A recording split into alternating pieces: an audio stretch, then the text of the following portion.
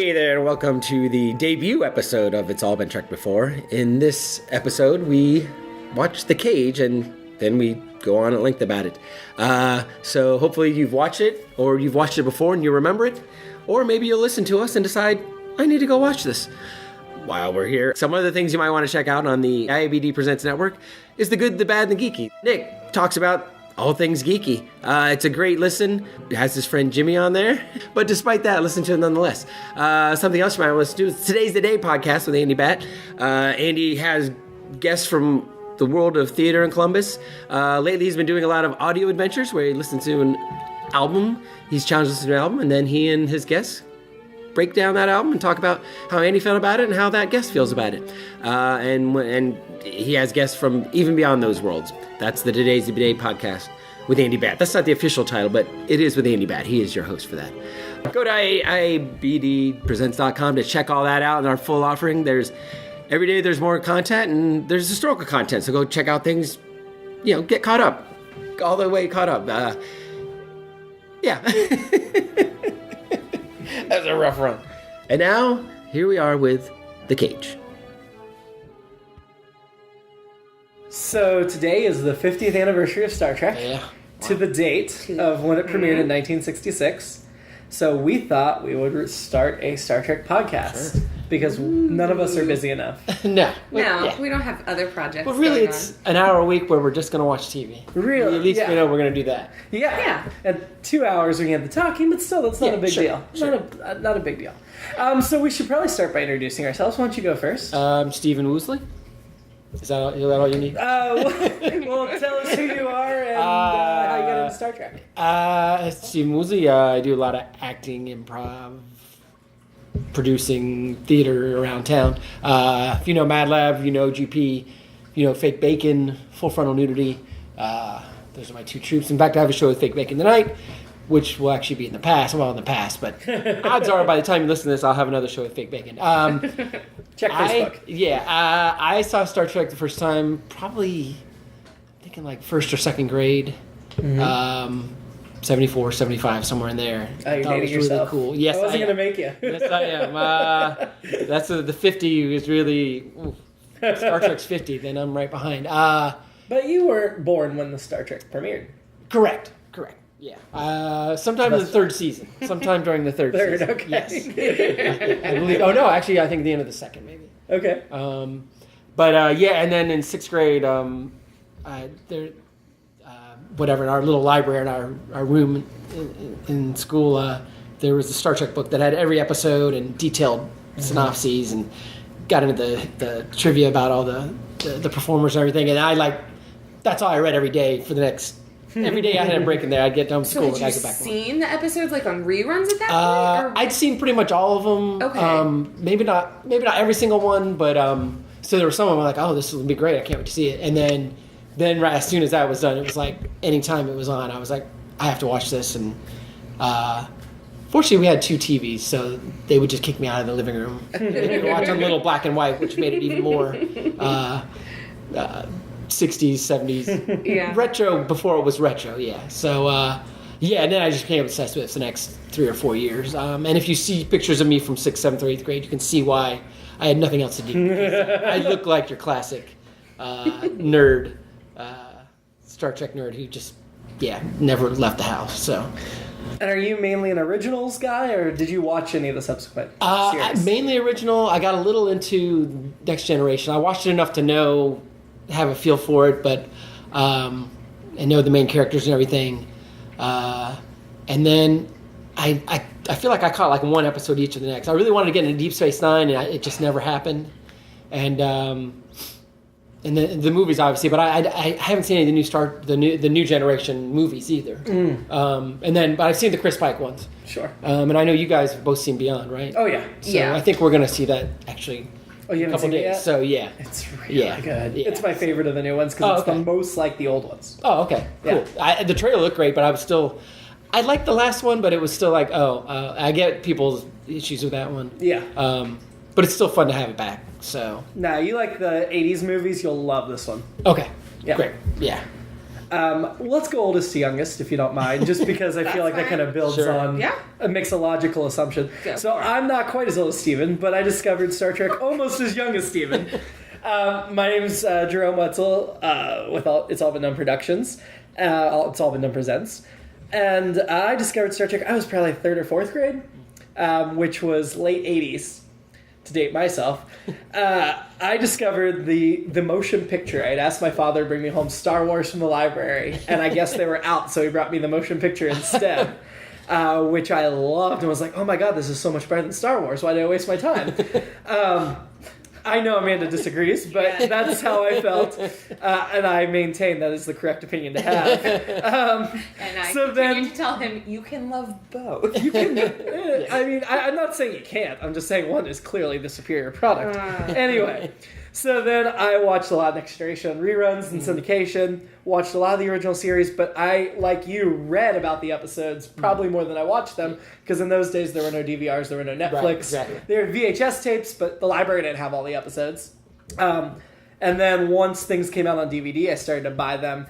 And believe it or not, even though I'm a huge Star Trek fan, I've read about every episode they've ever created, except I probably haven't read about all the Enterprise episodes, but I've read about tons of Star Trek novels, everything. The only series I've seen every episode of is Deep Space Nine, which is by far my favorite. That's your favorite one. It's my favorite. It's all in one place, all this political, religious stuff. It's really cool. Probably the most like the original of any of the spin-offs as well.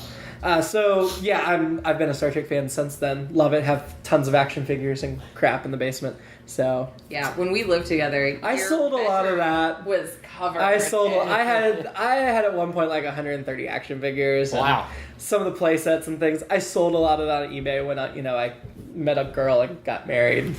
No, I remember you categorizing them to save for wedding money. Yeah, I wish I had not sold anything at this point, because it's not like I got a ton of money for it. Yeah. But I kept at least all of the main characters. I still have a jar of action figures. So anyway, Amanda, go for it. Yes, so I'm Amanda. My love of Star Trek started as long as I can remember, because I started with The Next Generation because my parents were big into the original series, because it did start the year my mother was born. And I grew up on Next Generation. My first crush that I can ever remember was on Data.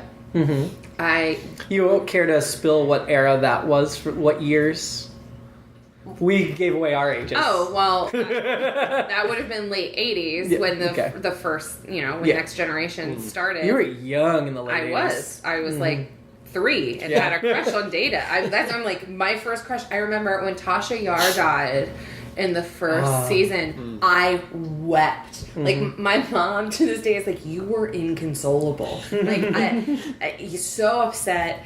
I love Next Generation. I grew up watching all of the original movies. I grew up watching, also, I remember when Voyager started, it was a huge deal in my house. Launched a network, yeah. I don't remember that. I just remember there was no way we were missing the start of Voyager.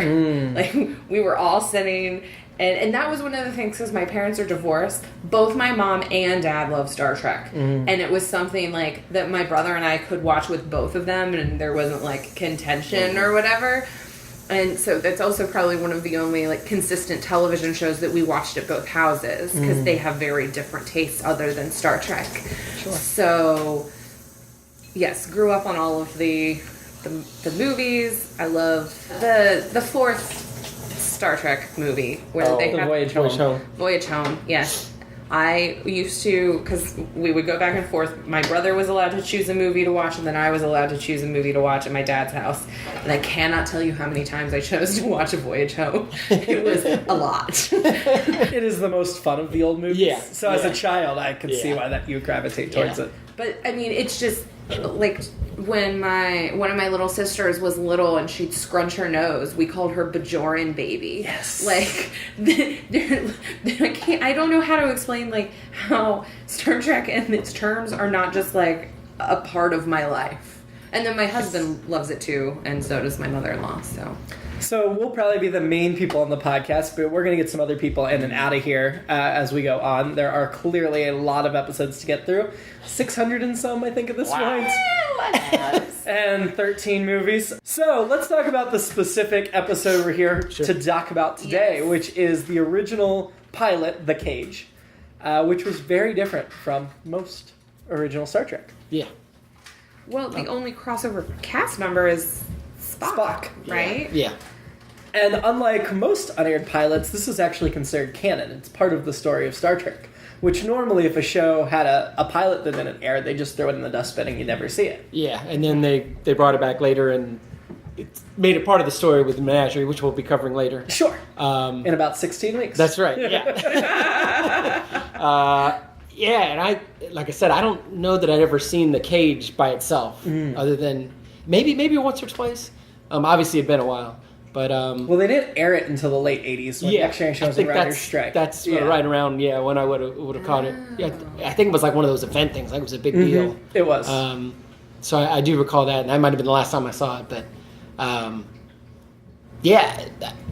it's actually like a really fun show. I'm like I actually want to see the alternate universe with that crew. Majel Barrett's number one. Which I like that number one is a woman. Yeah. Well, okay, so when this was rejected by the network, one argument was that it was too cerebral and too high-minded. That's right. But the other argument was the cast. They didn't like the cast. Some people have said it's because the actors were too wooden. Some people have... The popular theory is that they didn't want a woman in charge. But then there's also another theory floating around that they just didn't want the creator's mistress to star in a show. Oh, yes.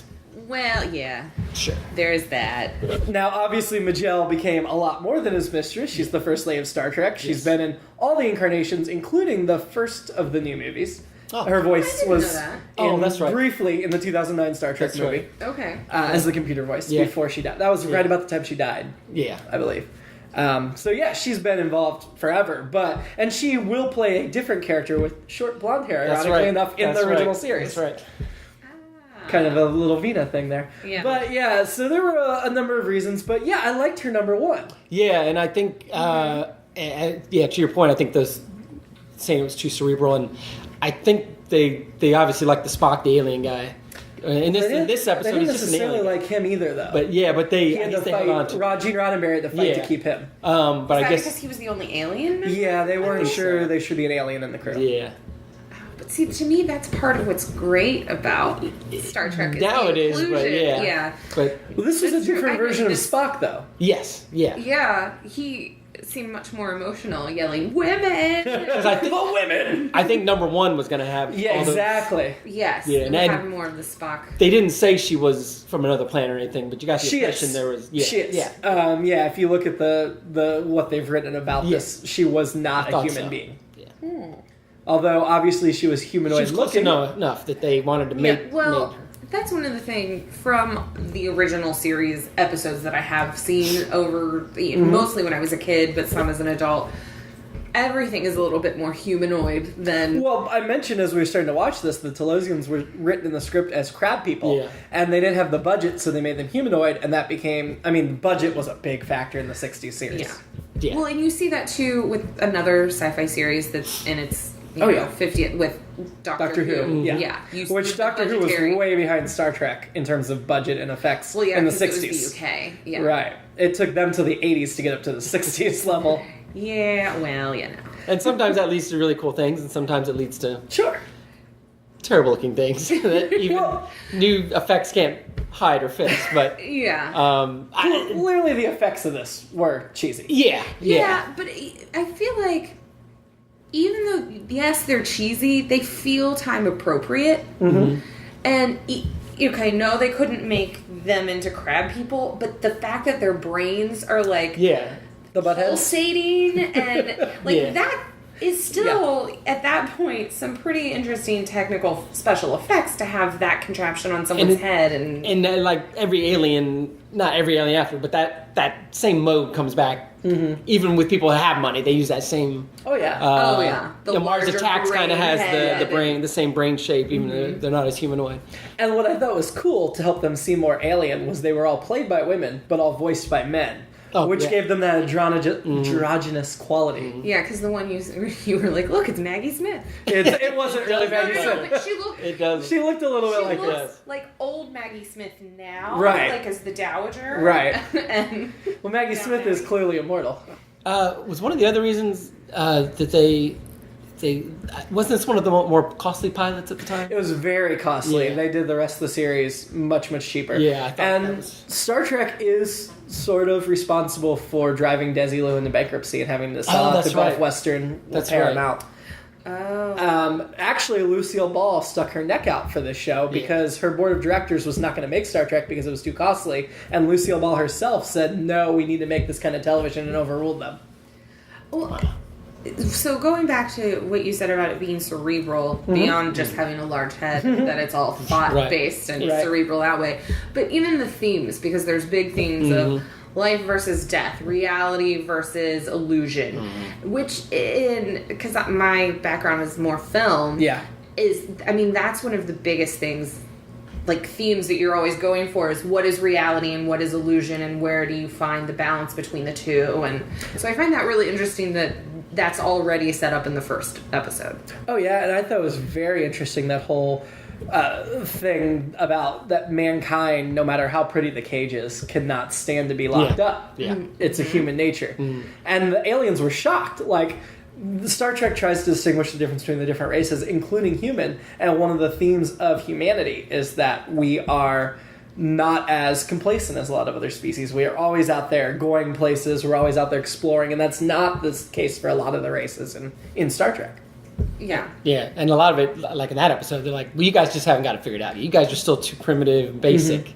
And, you know, I think as the series goes on, it feels like they start accepting, like, oh, okay, these people are way ahead of us, like the Organians in that episode and a couple of the other episodes, like, all right, we'll catch up to you. And the opposite happens when they go to some planets where they're primitive and they violate the Prime Directive yet again, which we'll cover many times, the Prime Directive. That you cannot violate it, but it happens in every episode.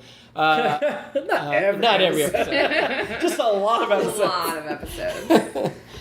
What was it? But getting back to how expensive it was, I thought, for us it looks cheesy, but I thought like the one matte shot of Rigel 7. Yes. That's in all the... Which they reused in a later episode, but we'll see it again. But that's like one of the ones like, that looks great for that, for what they do with those. And they do a really good job with a lot of those too. It's like, okay, and especially from my 70s mind watching it, then I can take myself back and be like, oh my God, this is amazing. And even now, it looks really good, but obviously it's not. I mean, by today's standards, it looked terrible, but just the fact of doing the shot from the Enterprise in space zooming into the bridge on the top of the saucer was a really... I mean, they didn't have the technology to make it work, but it was an ambitious, cool shot. Yeah. It is an ambitious shot to do for television, especially. Yes. Oh, yeah. Like, you see things like that in film, but in television at that point, television was like the bastard kid brother. Well, in film, years later. Yeah, television was kind of the slower bastard medium at that point. Redheaded stepchild. Yeah. In fact, that's part of why Captain Pike did not continue in the series, was Jeffrey Hunter decided... his wife convinced him that sci-fi was shitty and television was shitty and I should do films. And so after this, he was only going to do films. And so he had been contracted. If they had been picked up to series, he would have had to go. But because they ordered a second pilot, that allowed him a loophole to get out. Because I feel like his acting is good in this. Yeah, I like him a lot. He's a great... I think he's a good actor. I don't know. I liked him a lot as the captain. Yeah, there's something about him as the captain and the way that he plays it that I feel like Kirk is a lot more emotional. Well, and Leonard Nimoy said not only is number one more stoic, but Jeffrey Hunter's more reserved as a captain. Yeah. So for Spock to have been what Spock was in a pilot like this would not have worked, but with Shatner's energy, then Spock could shut down. Yeah, that's true. And you know, we talk about all these cerebral ideas they had here, they introduced, and that was the great thing about Star Trek. You had these great sci-fi writers writing a lot of the shows. Yes. And Roddenberry had this vision. All the best sci-fi writers of the day wanted to do it because they finally had a quality science fiction show. Exactly. And they were able to get all these great ideas in. Yeah. But, oh, by the way, you got to blow up some stuff, and you got to get some aliens in there. And so they had to have Shatner doing his stuff and that stuff to make the other stuff work. Or to get the other stuff in so the network would let it run 3 seasons. Again, a lot of people now don't realize it was a failure. It was but it was also one of the first shows to be syndicated, and still one of the most successful tales of syndication. Yeah. Mm-hmm. And syndication served Star Trek well for many decades. Yeah. Besides the action and the violence, like you say, putting it in, one of the reasons this was rejected by the network was it was too sexual. With the Orion slave girl and stuff. Yes, I wrote a note. Gene Roddenberry and some... We could do a whole podcast just on the green. Oh, absolutely. The green girl. But Gene Roddenberry and the producers actually used that to their advantage in other episodes because once they figured out the network would balk against the sex, they'd be able to sneak the racism and the Vietnam commentary through by putting extra sex in that episode. So they'd fight that so much, and get past the messages they wanted to use. Oh, that's funny. Yeah. I mean, that makes sense. But yeah, so you didn't like the Orion slave girl? No. Which is still the version of Vina everybody remembers. Well, not the blonde girl. Everyone talks about Kirk having sex with the green girl, but it was actually it was Pike that was going to or whatever. So, or probably did in an R-rated version of this. Right. Oh, no, they actually absolutely slept together. Yeah, especially when he's zoned out and the other, like, number one and the other chick show up. And he's totally zoned out and she's, like, clutching his back. You're like, oh... Some things just went down. Oh, yeah. But... And she's awfully clingy if they didn't have sex. Well, I also... Okay, so going into the sexism part of it, I wondered if it was Gene Roddenberry being sexist or showing in a inverted way that sexism is bad and this woman is the plaything of these aliens. Oh, yeah, I don't think that this episode was sexist by any means. I mean, if you look at number one's character and Yeoman Colt's character, you can see the show's not written from a sexist point of view. I think that was just the story they were telling. Yeah. And if you look at it, she was not a plaything. If anything, she was a beloved pet that they were trying to take care of. Yeah. And but they're also trying to force her to mate with someone so that they can watch it and then create a slave population. Well, I don't think they wanted to watch it necessarily. They were just... Well, no, they probably would, but they probably would, but that's not why they were doing it. But they weren't making alien porn. She said, like, they're watching us and they're doing this so that they can enjoy our fantasies. And it's all about fantasy, too. Like, it's not just... oh, they'll just create an illusion out of nowhere from us. It was, what do you want me to be? How do you want me to be? What's your fantasy? What are your most inner fantasies? It's very sexual and sexist from that point of view because it's, like, yes, at the end she gets her illusion, but throughout, like, the first half, it's all about what his fantasy is, and she goes from being the princess to the wife, to the slave girl. But I also think that's situational. So you have this woman and they're trying to bring in a guy. So of course they're going to cater to him because he's the one they're trying to get in. Had he been the prisoner, I think it would have been the other way around. But I also like they definitely had affection for her and she had affection for them. They were not one-dimensional villains, the Telosians. Yeah, it feels that way. Like, I mean, they have the heads on it. It seems that way. But then, at the end, it's... Right, they make her happy. And, I'll probably change this every episode. But I think if you were going to make a girl for somebody a woman for somebody to fall in love with to start a new species, I think you'd start with Susan Oliver. I think she's the perfect pick. But like I said, I'll probably change that every episode. It'll be my new favorite Star Trek girl. But like when I saw her, I was like, oh yeah, I was in love with her. Well, she was huge in that time period. Yeah, she was a huge get. That's why her name was in the opening credits with Jeffrey Hunter. And she was guesting on every show at the time, and but yeah, she's great. And I always forget that she was the green girl. The green girl. The original green. Yeah, she's the original green, which they clearly did a nod to in the 2009 Star Trek. Yeah. Oh, yeah. But so far, Susan Oliver is my favorite Trek girl. Oh, she was great. she was a good actress. She was, yeah. And like I said, I think whether they got that from Pike's mind or, well, because in my mind, she thinks she looks that way. So Yes. I don't know. I think whatever, but it's hard to, it's hard to convey all that through that. But I think the Chalosians made a good choice for, again, the perfect woman to restart the population. So. Now, you said you'd like to see further episodes with this cast. Yeah, I'm just curious to see that journey with number one, and I think the Doctor was cool. Yeah, I think the Doctor was probably the most like McCoy than any of them are with the successors. Yes, yeah. And I guess what was the one girl? Is it Colt? Is that Colt? And I guess Colt. She probably becomes Janice Rand. Yes. Yeah. So.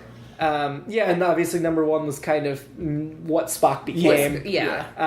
Jose was kind of like the Sulu. We didn't really see Scotty. See, I feel like beyond Spock, Pike, and number one, and Ewan and Colt, I didn't. And the Doctor, but the other characters, I didn't feel like they were distinct enough to even. But neither were Uhura and Sulu and Chekhov and Scotty when they were introduced. It took a while. You're right. It took, and because none of them were ever like top billing characters, they didn't develop them really well until the films. Well, I was thinking like you, man, as I was watching, I was like, should they have a red shirt on? I was. Because I couldn't remember what happens. And then when the one guy wanders off, I was like, oh, does one of them get killed? And I was like, no, that's not that. But I did think the same thing like those other guys. I'm like, I could tell these people have distinctive characteristics, but the rest of you are just wearing yellow velvet And there's shirts. the one guy who has to be in position holding the folder by the captain's chair before they can do anything. Before they can go into warp drive or leave the planet or anything. That was his job. So something else, so that made me think when they're going into warp drive, like the aesthetics of the future according to the 1960s is very interesting. And a lot of paper. A lot more paper than... It's kind of ridiculous how much paper was in this episode. And especially when it literally just looks like somebody's feeding a piece of paper through a cardboard box in the one spot. Well, in the future, they don't worry about green stuff as much because they find other planets. Right. So they can just go crazy. Down more trees. Go nuts. Well, and to be fair, when they made this, we didn't even have PCs. Right, this was written on typewriters. Right. Exactly. No, but also just certain things like, well, when they go into like warp drive and then they're just staring ahead and the stars are just like, that was kind of a cool shot. I liked that. I found, to me, what struck me more there was the music and how the music still completely holds up. But I was like, oh, this just slowed down the whole episode because we're just looking at him staring straight ahead as stars are passing him. But also I kept noticing they clearly just had the lamps that they had put like a quote-unquote screen on that they could just superimpose something there, but it was just like bendy lamps. But that's, they're like, oh, well, this is what the future will be. And I always find that interesting to see what the past thought the future. Oh, you're never going to get it right. No. And a lot of the things we have now that look like old Star Trek is because we have a generation of engineers and inventors that grew up with Star Trek. Right. I mean, the flip cell phones were clearly modeled on Star Trek, not the other way around. Yes. There's also an interesting shot that out of all of the technology, there is a long close-up shot of the communicator. That I'm just like, okay. Which looked very different from what it did in the rest of the 60s It looks show. like C-3PO like without his shell. Like it looks like internal parts. I don't know if you ever saw the show Warehouse 13, but it looks like the Farnsworth from that. I could see that. But... It was funny that they focused on that there's just this close-up of it, and then the camera even kind of like turns and follows it, and then it cuts over to Pike falling on the bed. I was like, oh, okay, well, apparently they really want us to know that's a communicator. Well, at the time, if you're watching that's really futuristic technology. Yes, it was just an interesting... From a modern perspective, not even from a modern, but from a directing perspective at the time, because the director didn't do that with any other of the... like the transporters. You could have done a close-up on the transporters. Right. That's something brand new. Or the lasers or whatever. But no, we're only going to do a close-up on the communicator. It just was an interesting direction choice. I liked the first time we saw the transporter, just briefly, the operator was wearing glasses, and then they immediately ditched them, and he wasn't wearing them the rest of the episode. Oh, you're right. Oh, I missed that. And then they don't wear glasses in Star Trek. So that was... That guy, and then the other guy who's the big guy running it, he looks like like he's the guy who takes a wrench to fix things. Like, what's up, Captain? Interestingly, his voice was dubbed over. The voice we heard for him was not him. That makes sense. Really? Yeah. All right. Okay, speaking of voices that don't seem to fit, I know, like you explained to me before we watched this how we watched the color, but it was with the parts of it had the black and white audio. Yeah. But regardless of that, I think they did a pretty good job matching that up. You could tell bits and pieces. But in the first fantasy that Pike enters into, where it's the weird, like, castle princess fantasy, whatever that barbarian was, that sound did not match. So for the record, if you're a big Star Trek aficionado that's listening, we watched the full color version, not the one that switches back and forth, or the full black and white version. Okay. Which, if you don't know the story, there were 2 reels, black and white and color. Black and white, Gene Roddenberry would take around to the conventions. The color version, they cut up for the menagerie. They actually cut up the originals to use those scenes. And they thought for many years the other scenes had been lost, and then they found them, but they didn't have the audio with them. And so that's why the audio is from the black and white in the scenes that they restored. That makes sense. Yeah. Yeah. So it's kind of painful. It's not as bad as Doctor Who, where the British actually destroyed the tapes and filmed over them. That still breaks my heart. Does, like, I know. It's hard that there are lost Doctor Who episodes we'll never get. And it's hard for me to watch those older Doctor Who episodes more so than Star Trek. Star Trek, it still seems like it's a television show, whereas the old Doctor Who episodes feel like it's a teleplay. It's a play. It is very much just like, we are on stage and you just happen to be filming this. Yes. And so Star Trek definitely feels more modern that way. But it still breaks my heart when I think that Doctor Who, just the BBC was like, whatever, efficiency. Well, at that moment, they could never imagine home video. Right. That was way too futuristic. Yeah. It just, Or syndication. I mean, it was there and it was done. I appreciate that Gene Roddenberry held on to things. Gene Roddenberry held on to freaking everything. Yes. He actually had his contract written, so Lincoln Enterprises, which was his publicity company, they could sell the props and stuff, got anything that the studio was going to throw away, so he could take old scripts and props they were getting rid of and sell them. The original theme song, as we know it, was intact in this episode, which was pretty cool. Yeah. And obviously they recorded with a full orchestra and things back in those days. The soundtrack to Star Trek has always been one of the things that's been lauded for. Yeah.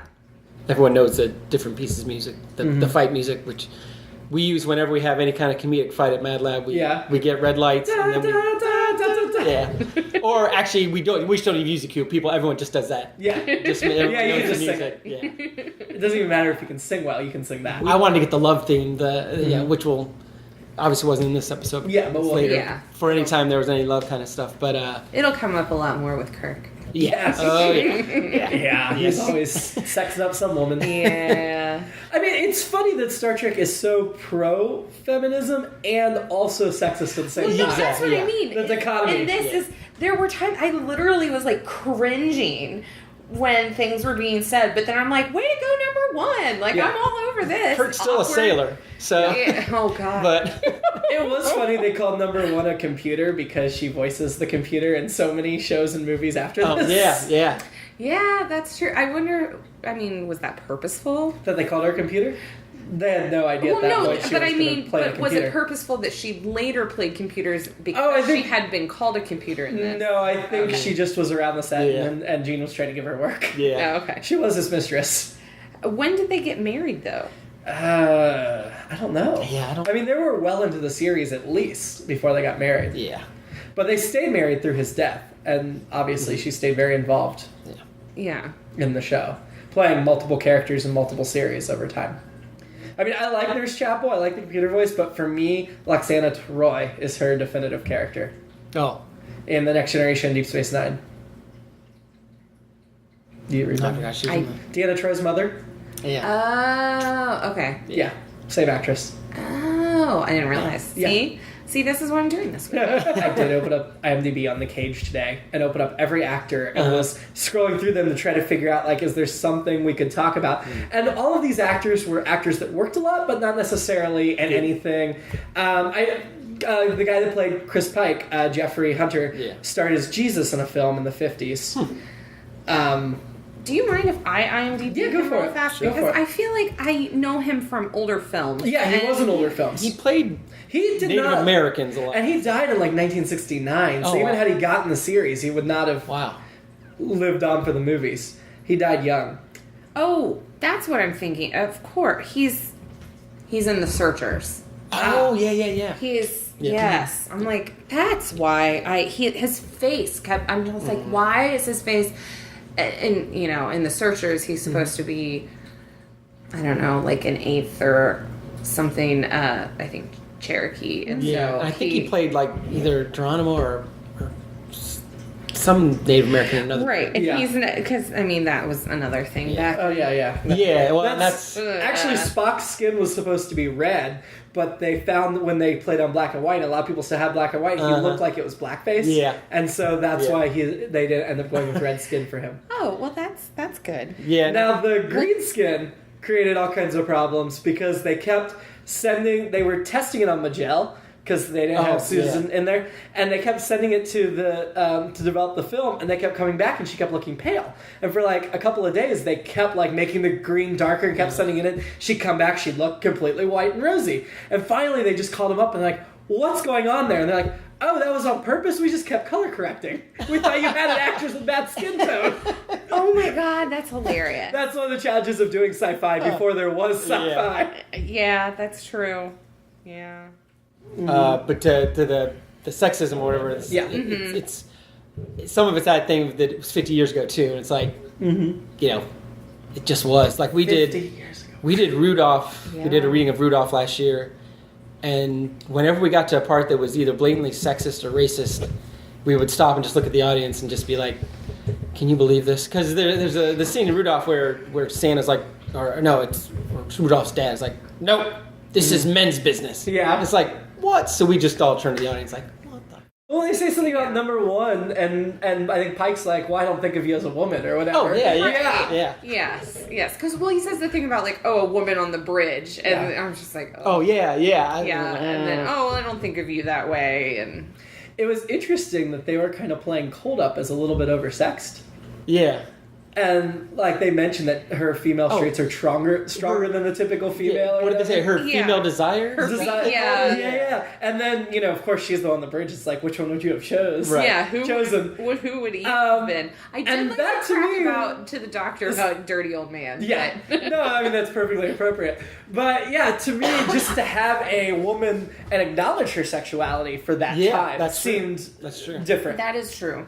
Well, my favorite part about that scene when they're there and they're trying to get him to choose is the whole time he's trying to stay angry at the guy. Yeah. While he's telling him, this girl wants to bang you and this girl wants to bang you too, and you already know the other girl wants to bang you, and he's just like, I'm gonna kill you. Yeah. That's really great focus. Right. I mean, that's three attractive women. Yeah, I mean, that's where the hero part comes out, because if it was one of us in there, I'd crumple. Or could you just have all three? Yeah, exactly. They probably would have allowed it. I'd have been, I'm mad. Wait, what did you say? Really? You're into me? Yeah, and then I'm stuck on with the Telosians. Yeah, but you know, I start a new race. I guess. Well, then you have better genetic material if you have three women. Well, no, that's what I'm saying. Is I was wondering why they kept saying like pick one. I'm like, really? I'm surprised they weren't just like or take the whole ship. Procreate. 400 people you could bring down. That would really repopulate. Yes. I was thinking that. Yeah. Like, though it's funny that they gave him a blonde, a brunette, and a redhead. Sure, of course. Yeah, those are the only three choices of women. That's it. Charlie's Angels taught us. 10 years later, that's all we have. So we found a hole in the Telosians' superior intellect here that. Yeah, they didn't fully Where was the gray-haired woman? They didn't think through reproduction entirely. How to repopulate. Yeah. Well, you know, they weren't human. They didn't understand. That's true. They admitted as much. That's true. Yeah, they weren't human. And I just think it's funny that they got so wrapped up in illusion that they were like, oh, we forget how to work things. No, but I can see that point. And I thought that was kind of a interesting thing when they got in the whole, people, we just got so into... and I just made you start making virtual reality and well, us on our phones and that kind of stuff. We don't want your people to come here because then they will do the same thing. Yeah. And we would. Yeah. I mean, I feel like with the Next Generation, the holodeck, we dealt with that with Barclay's addiction. Yeah, I was just about to say, spoil interesting. way future things, but that's okay. The whole illusion versus reality, that then in Next Generation becomes the Next Generation well, Next Generation at its start brought in a lot of the original series writers, and so they did a lot of tribute stuff to the original, especially early on. And Gene obviously created both. Yeah. Because as a kid, I loved the holodeck episodes. I still want a holodeck right now. I like those episodes too. Those episodes I remember. Yeah. Really well. And and they get into more of illusion versus reality and stuff later in both series. So. Now that we've had a chance to see somebody else play Captain Pike, what do you think of Bruce Greenwood and how he can? Do you think it was obvious that he was the same character as Jeffrey Hunter, or was he fairly far removed? Oh, in the 2009 and Into Darkness, I didn't quite see him as the same character. Yeah. No, I didn't either. Maybe a little, not as intense. Mm-hmm. Probably. I mean, again, he had a different life than this Pike. Yes, that's true. But a more militaristic life. Yeah. But he didn't seem as cerebral. He didn't seem as... No.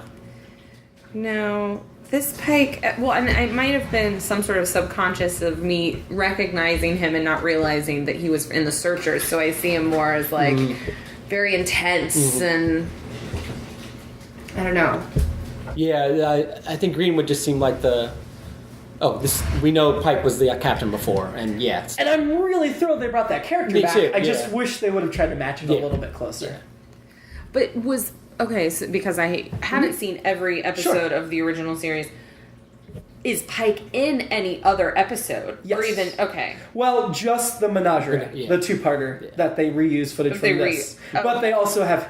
I don't think it's Jeffrey Hunter. We'll have to see when we get there. No, Jeffrey Hunter. I couldn't remember. I didn't think it is. This is his last credit. Okay, ever. You'll see why we're not sure when we get to that episode. And I'll have another FFN story then too. Because we've had that Captain Pike in many that episodes. Captain Pike is also iconic. But you'll see why when we get to it. We weren't sure if it was Jeffrey Hunter or not. Oh, okay. And actually, that's what I liked about Into Darkness when they put him in the wheelchair. I was like, they're going to do the same thing. Yep. And then I was like, no, you don't freaking kill him. What's interesting is the new Star Trek series, where we are, is about the same time period that The Cage took place, because they sped up Kirk getting the ship and stuff a lot. Yeah. The new Star Trek movies are still about 10 years behind where the original series would have started in their history. Oh, yeah. And this episode is set 13 years prior to the rest of the episodes we're going to watch. This episode would be set in the 2009 era. Yes. Yeah. Yes. Movie. Okay. Pike, sorry. In the new reboot, they got the original crew together a lot earlier, which is also one of the things I struggle with a little bit, even though I love them. But Pike served as captain for base. I mean, in the new movies, it seemed like he served as captain very briefly. Yeah. And in the Star Trek history, he served 10 or 15 years. He did 2 or 3 5-year missions as captain. Yeah. Okay. And this is Which early on. 13 years prior to. Okay. So when we see Spock again in the next episode, it'll have been 13 years later. And obviously he's quite different. Is it still supposed to be the same Spock? Yeah. Okay. Well, I wasn't sure since they... Sure. A couple of novels. Technically, this is canon, but at the same time, as you've said, they cut it up and reused footage. So I wasn't sure if it was sort of it's not really the same Spock, or if it was supposed to be. Our Spock definitely served under Pike for a long time and looked up to him a lot. That is well established in the series. And there have been a couple novels try to explain away why Spock is the way he is in this episode. That he was younger, so he didn't have control of his emotions yet. Yeah. Or it also could be that he, being the only Vulcan in Starfleet, was trying to fit in, and so was mimicking human reactions to make them feel more comfortable. Well, so there are some human. But as we see in later incarnations, he rejects the half-human side and really doubles down the Vulcan side. So it doesn't really make sense for him to do this, but there are sort of really twisty ways you can kind of justify it. In reality, they just haven't figured out the character yet. Right. Which is fair for a pilot that never aired until 20 years later. That's true. Yeah. Yeah, it is interesting that this didn't air until 86. From a modern perspective, I don't think it's too cerebral. No. I think it's cerebral. Yeah. But there are plenty of intelligent shows on the air now that would do these kind of deeper stories. Mm-hmm. But I don't know that I could say the same thing for 10, 15 years ago. Yeah. Well, no, now we're in the golden age of television. Oh, yeah, absolutely. Star Trek was really ahead of its time, though, is my point. Yeah. It was true. Yeah, it was back in a time when, and these are good shows, some of them as well. Andy Griffith, some of those are great shows, but Gomer Pyle and Beverly Hillbillies were also the top five. So, Green Well, if you pay enough attention, I think Star Trek uses the Mayberry town set a couple of times. You'll actually see Floyd's barbershop and the in the original Star Trek when they do some time travel stuff. They definitely used Andy Griffith. I think the writing holds up really well. Yeah, and like we said, the some of the great sci-fi writers wrote. Yeah, Harlan Ellison. Yeah. Matheson. Yeah. Wrote some. Couple. I mean, now my mind's escaping. Yeah. Me. But the Harlan Ellison's one I always remember because it's Stay on the Edge Forever, which is probably the best episode they did and the closest they got to the cage again after the cage. Yeah. Of course, Gene Roddenberry. That's a thing that, like, Gene Roddenberry rewrote everything himself, and a lot of the sci-fi writers are still mad about it. Like, Harlan Ellison hates that episode. Oh, really? And hates the show because Gene Roddenberry had to change everything. And if you listen to some of the producers, his changes usually did not improve anything. He just wanted it to be hits. Oh, really? Interesting. Huh. So I wondered if he just did it because he had to shape it to TV, but it was more of he just wanted his own. Yeah, and he's a very outsized personality, and from what I gather, and granted, you take everything with a grain of salt, because I've read lots of different interviews, a lot of people who loved him, a lot of people that didn't. And it just seemed to be that he was really good at coming up with large arcs and concepts, but not so good at writing the nitty-gritty episodes, but thought that he was. And so it was always a fight against him to make his show good, even though he was the whole reason the good show existed. Right. And he thought, but then there was also Gene Alcoon, who really, more than anybody other than Roddenberry, shaped what the series was. He was not there for the cage, but he really helped shape that show. He rewrote every script for a long time as well. Interesting. Yeah. The two Genes. Both. And he died very young as well. He died 72, 73. Oh. And he quit before the third season. Just like Roddenberry basically quit for the third season. The third season will be a whole different beast. We'll get to that. It gets tough. I've only seen about half the episodes of the third season. You're in for... I've read about all of them. Yeah, there are some really good episodes, and then there are just some really terrible episodes. And you can... Yeah. But the first two seasons, to the best of my recollection, there aren't really any terrible episodes. There's definitely some that are better than others. Yeah. But I don't think there's any really bad ones until season 3. Yeah, season 3, then you get into... They're getting tired, and... It's like Community during the gas leak year. Yeah. Well, and also, at this point in time, they were making, 30 episodes a season? Oh my god. Yeah, they did 78 in 3 years. 70, Yeah, so you're going to be getting a different kind of quality than now when you can do a 13-episode season of Game of Thrones and everyone's a masterpiece. Well, not only is it more episodes, but they're also longer episodes. This episode was 63 minutes. Most of them are about 52, 53. Yeah, right, which now it's 42. Yeah. And the longest shows make 22, 42-minute episodes. Yeah. And they definitely get more time to do it. I think Star Trek turned around an episode a week for most of its run. The Menagerie, they did both parts in 1 week. Oh, wow. Because they got behind schedule, and that's part of why they cannibalized the cage to catch back up. Interesting. Yeah, we're gonna do the Menagerie as one episode because there's really no reason to split it. It's the only two-parter they did. Yeah. And there's really no reason to split it into 2 episodes. That's fine. No, I'm very interested to see that one. You'll have to sit through a lot of the same scenes again. But there is a framework story as well. And that's what I was doing tonight, watching this one again. It's like, okay, oh no, that's Menagerie. Yeah, so it's... And this episode was actually going to be... They had called it The Cage, then they changed the name to Menagerie. And then when the Menagerie episode got put out, then they reverted the name back to The Cage. Huh. So there's even one line in this episode where he's like, The Cage, the Menagerie. Mm-hmm. And I'm like, you're listing both titles in one sentence. Even though I keep changing the way I'm pronouncing the word. I'm not even sure which one's right. I think you guys are saying it right. Menagerie. I mispronounce things all the time. You'll learn that. I know you do. Including that word on purpose to highlight. Who wrote this episode? Was it Roddenberry? Roddenberry is the story credit on IMDb, but there were definitely other people that helped write it. I don't think Roddenberry wrote too many purely by himself. He more took other people's and Yeah. Did stuff to it. Did stuff to it. There are some of the episodes there were vicious fights over writing credit. The motion picture, Roddenberry fought to get his name in the writing, and I don't think his name actually did appear in the writing of the motion picture, but either for story or for screenplay. But yeah, there were some interesting things, and we'll talk more about that later too, but the production was just so messy at this point in the era. And NBC and Roddenberry, because NBC is who aired it, had a very conflict-ridden relationship from this pilot on that they never got along, and they basically hated each other pretty strongly. The show was, none of the spin-offs were ever on NBC for a reason. Yeah. Well, yeah, it was more, Next Generation was Fox. syndication. Yeah. Which was at Fox locally and then a lot of places, but yes. Oh, yeah. And DS9 was the same, and then Voyager launched UPN.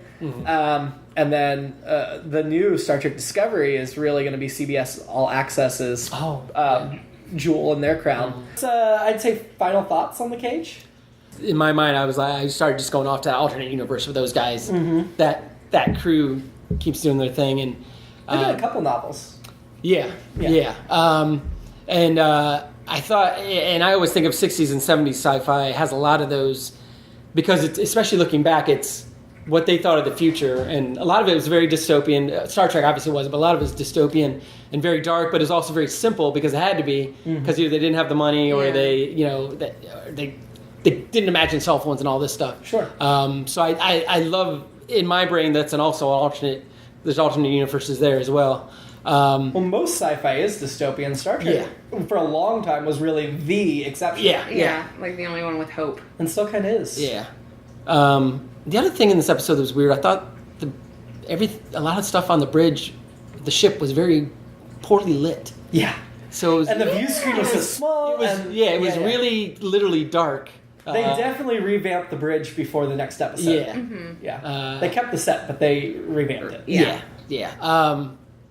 So yeah, I mean, and trying to put myself in the perspective of back then, it's a great episode. But I would greenlight it, but I can see why NBC was like, we can't afford 25 more of these. I can see that, but I also can see why when Gene Roddenberry take this around the conventions and play it, people would get really excited. Yeah. Well, yeah. I mean, because from, I think, an audience, like, spectator standpoint, was like, oh, holy shit, this is great. But the audience isn't the one forking the bill to make so of course the studio is gonna go well, it was very different from anything else they were airing. And, it's not Hogan's Heroes. No. And and Susan Oliver is fantastic. So she is my favorite Trek girl for now. For now. One episode in. One episode in. We'll She's see. the first favorite. Uhura doesn't count. She wasn't in this episode. Yeah. And she won't be in the next one either. Yeah. But we'll get to her. She's a separate category. She's on the she's crew. a main character. So, Yeah. But anyway. We'll talk about that more too. Because she's not really. Until the movies. Yeah. But, okay, final thoughts? Yeah. Well, okay, one thing I forgot to say. I like that Pike says engage. Yeah. Well, and number one was Riker... There's some Next Generation seeds in there. I know, which I really love that. And I showed you my friend who recently got engaged. Her fiance gave her the ring in a box that had a picture of Picard and said engaged. Yeah. So... I love that. Yeah, I know.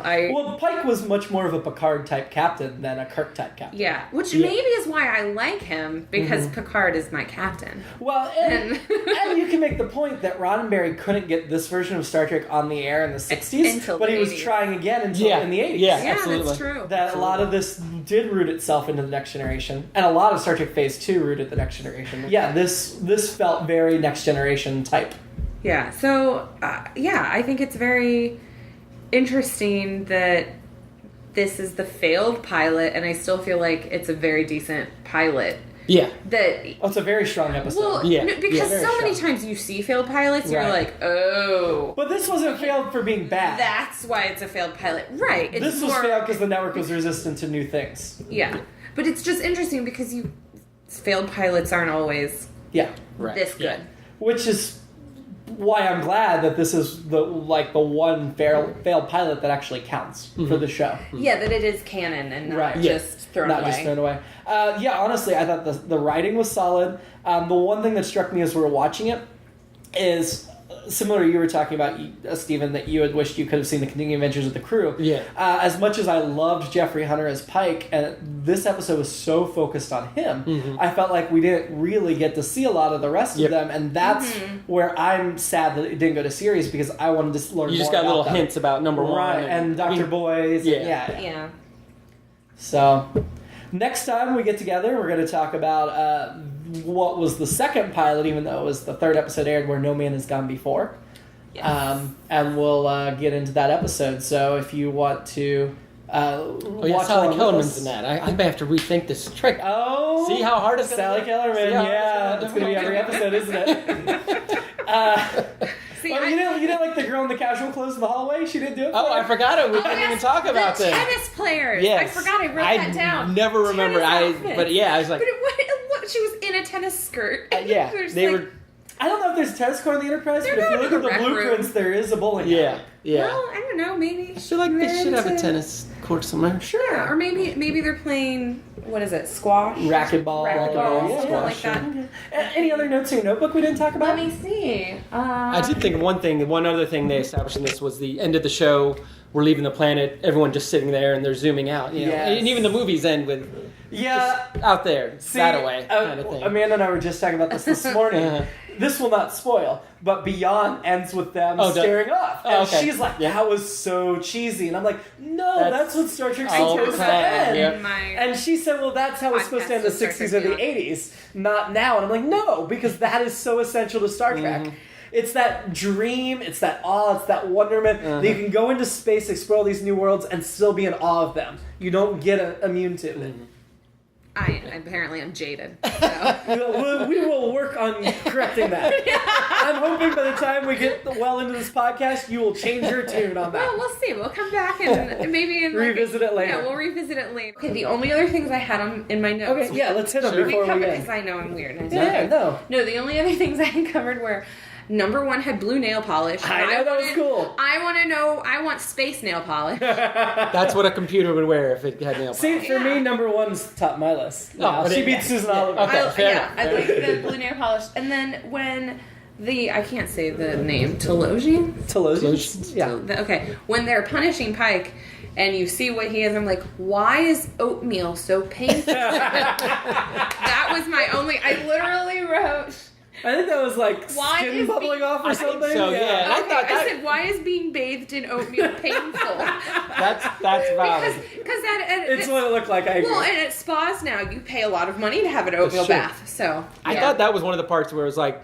because it was supposed to be taken from his own thoughts and memories. Yeah, that's true, too. I guess that was... And in my head, I was trying to get my head around that, too. Like, they're trying to show us what he's very masculine, and so when you put him in a spa and do oatmeal, it offends him so much. But that's also what Steven saying he wishes he'd seen, like, this alternate show with Pike is... There's no way they wouldn't have not come back to how that is his painful place. And so it would have been interesting to see why oatmeal scars him. Well, hadn't they been talking about the battle they just had or whatever, right? Yeah. Is that what Rigel 7 was? Rigel 7, yeah. It was that guy? Listen, the conversation he has with the doctor, they basically... The conversation he has with the doctor basically sets up all those fantasy scenes. Yeah.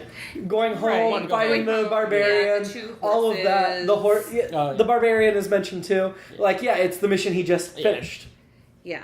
I don't know. So it's kind of it's smartly written in that way. Yeah, they set it up. But I did like the fiery oatmeal. Yeah. Because I was just like, oh, that's cool to see what's going on. And then I was like, this is also why this pilot cost too much, because they did all that for those 2 seconds. Right. Yeah. Well, and even though we're going to miss all of Pike's next 13 years, at least when he comes back, we get a very good ending for him. Yes, we did. So anyway.